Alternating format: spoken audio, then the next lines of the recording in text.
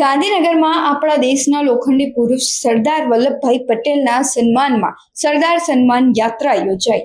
નમસ્કાર, TV17 સાથે હું પૂજા રાવલ. અખંડ ભારતના નિર્માતા અને લોહ પુરુષ એવા સરદાર પટેલની 150મી જન્મ જયંતિ નિમિત્તે સરદાર સન્માન યાત્રા યોજાઈ હતી. આ સન્માન યાત્રા 11 સપ્ટેમ્બરથી 22 સપ્ટેમ્બર સુધી બારડોલીથી સોમનાથ સુધી યોજાઈ રહી છે, જે આજે 15 સપ્ટેમ્બરના રોજ ગાંધીનગરમાં આવી હતી.